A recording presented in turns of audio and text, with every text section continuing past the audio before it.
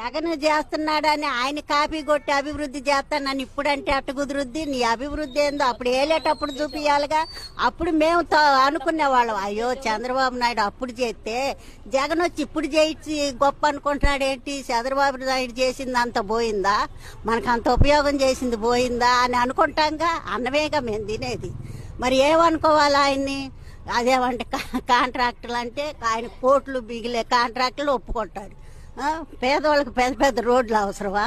తిండి అవసరమా? కూలీ చేస్తే డబ్బులు అవసరమా? ఏం అవసరం అండి? ఆంధ్రప్రదేశ్ లో చాలా మంది యువకులు వేరే రాష్ట్రాలకు తరలి వెళ్తున్నారు కదా ఉద్యోగాల కోసం. ఇక్కడ ఉద్యోగాలు లేవని చెప్పి అంటున్నారు. ఇప్పుడు కొత్తగా వెళ్తున్నారా? కాదండి, ఇప్పుడు కొత్తగా వెళ్తున్నారా? జగన్ వచ్చినాక కొత్తగా వెళ్తున్నారా? ఎప్పటి నుంచో ఉందా? పిల్లల మాటలు ఏమండి, పిల్లలు గోళీలు ఆడినట్టు మాట్లాడకూడదు. ఇది గోళీలాట కాదు, మనుషుల్ని ఏలే ప్రభుత్వం ఇది.